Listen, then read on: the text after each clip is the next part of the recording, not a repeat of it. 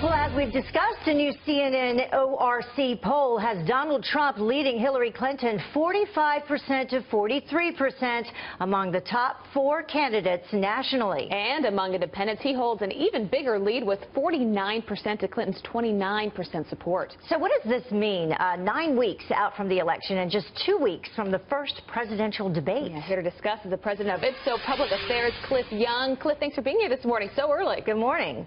Well, thank you. It's great to be here. Well, it's great to have you. Well, let's start breaking down. Just you look at the last 4 weeks and the changes that we've seen in the polls. I mean, according to some, Donald Trump has upped, what, 11 points?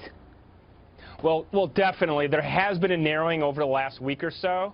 And the question is why? Why has this happened? We really have a race going into the last 2 months. It'll be very exciting. But the question is why? Let's step back a bit and talk about Trump and what he had to do before the conventions. He went into the conventions. He had a fairly high bar going into that. He had a base that wasn't quite sure about him. Remember, he's an outsider candidate, anti-establishment candidate. He went into the convention. It was noisy at best.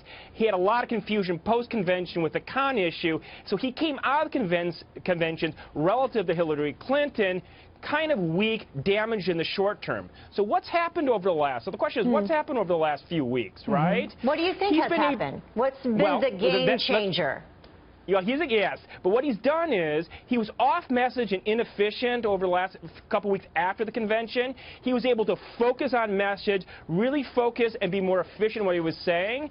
He was able to focus on those sort of conservative issues which are important. You go into the speech that he did in Arizona, his trip to Mexico. All these sorts of initiatives really have energized the base. So in the last week or so, he's really energized that base, which has narrowed the gap. And he's really increased his numbers specifically in terms of honest and trustworthiness. If we can take a look at that poll, Hillary Clinton now at 35% and Donald Trump at 50%. So that's a huge margin. Yes, that is a huge margin, and this is a characteristic of his that he's had since the primaries. He might say different things. People might accuse him of flip-flopping back and forth, but the average voter sees him as genuine, as someone that they can trust, as someone that could potentially fix the system. Yeah, let's look at some of the issues, because the issues that voters care about most. You look at the economy, Trump 56% there, and who they think has better on terrorism, Trump again beats her by 51%. You look at these numbers, Cliff. What does he have to do to stay where he is right now in the polls?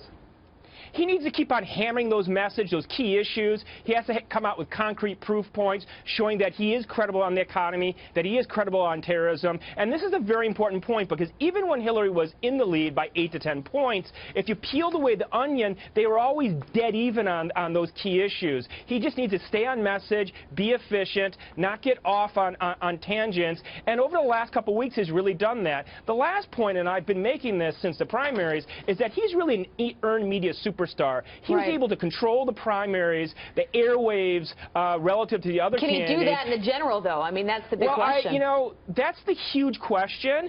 I believe the first proof point that he can, he's very talented there, was the last week. Indeed, he controlled it for 5 days. The immigration speech on the one hand, the trip to Mexico on the other, a speech that was on message. If you look at the polling, actually, contrary to what most pundits say, if you look at the specific policy items in that speech, majority or supermajority of support among independents and Republicans. A huge difference with independents. But, of course, we have the debates coming up, so we'll see how that changes things. Yeah, all right, Cliff Young, thanks for being with us this morning. Thank you, Cliff. Super helpful. We appreciate it. Thank you. Thank you.